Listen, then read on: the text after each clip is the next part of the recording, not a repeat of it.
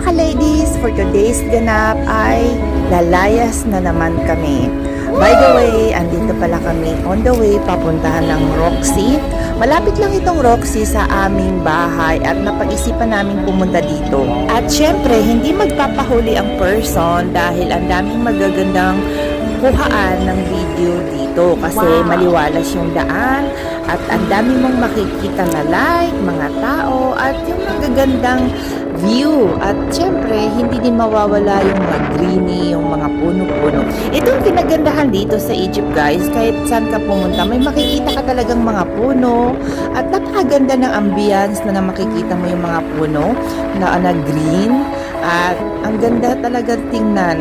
Kasi na parang yung fresh, yung iba yung dating sa'yo pag nakakita ka ng mga greening, yung mga puno-puno na yan. Kasi naalala mo parang Pinas lang din. At andito na kami guys sa Maryland at malapit na kami sa Roxy. At finally, andito na nga kami sa Roxy. At may hahanapin lang kami dito na shop na sweet kasi malapit na ako pabalik ng Kuwait at kailangan ko nang mamili. At ito na nga guys, ito yung punta namin, sadya namin dito, bagong bukas ito sa Roxy, itong Il Abad. Aywan ko, ang hirap i-pronounce yung pangalan ng shop. At hindi nga kami nakabili ng kung ano kasi konti lang yung mga tinda nila. So mas maganda sa Cairo City bumili. At by the way, ito ang bagsak namin guys, itong mais na to. At napamili kami ng di oras kasi ang ganda, ang fresh. At bumili ako ng hindi pa luto at ilalaga ko yan pagdating ng bahay. Pero yung asawa ko bumili siya nung naihaw-ihaw na. At dito na nga ang bagsak namin at pumunta na dito sa Maryland. Pumasok kami dito at dito kami nagpalipas ng oras, nagpahinga at nag-ikot-ikot dito. Ang sabi ko sa asawa ko, videohan mo nga ako at bibili lang ako ng chips kasi hindi ko naman alam na makapunta kami dito sa Maryland kasi hindi naman namin balak pumunta dito pero dahil nga wala kaming nabiling sweet doon sa pinuntahan namin ay pumunta na lang kami dito, pumasok na lang kami dito sa Maryland Park at magpalipas ng oras dito. Bumili pala ako ng chips dito at ng tubig para may mangut-ngut naman at makain sa loob dito sa loob habang nagpapalipas ng oras dito.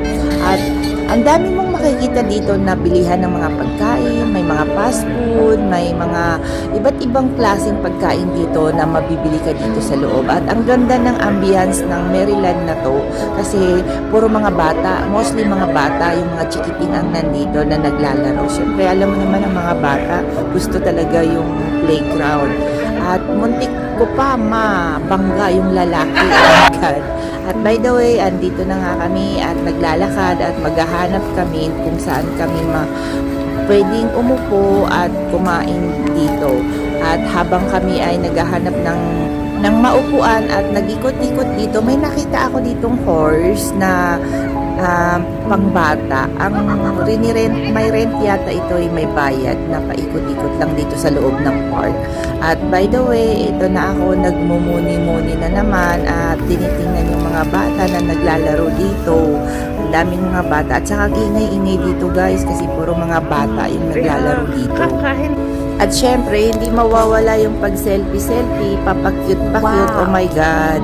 At kasama yan sa pag-video natin guys. Aminin nyo, kahit sino naman, pag nasa park kayo o mag-isa kayo, mag-video-video. At yun na nga, napag-isipan namin na bumili uli ng pagkain at hindi sapat yung binili ko na chips. At nag-ikot kami dito at ang dami talagang mga pagkain dito na mabibilihan talaga kung ano-ano mga klase mga pagkain nandito na mga hindi ko alam kung ano yung iba't ibang mga pagkain dito pero marami kang mabibili dito. At nag-ikot pa kami dito at may nakita akong mga halaman na nagbibenta din dito. May hinahanap akong halaman yung money tree pero wala eh.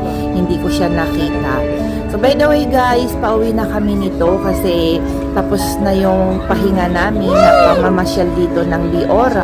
Tapos may nadaanan kami dito isang malaking ibon. Parang napakalungkot nitong ibon na to at natatakot akong lapitan baka ikukain ako.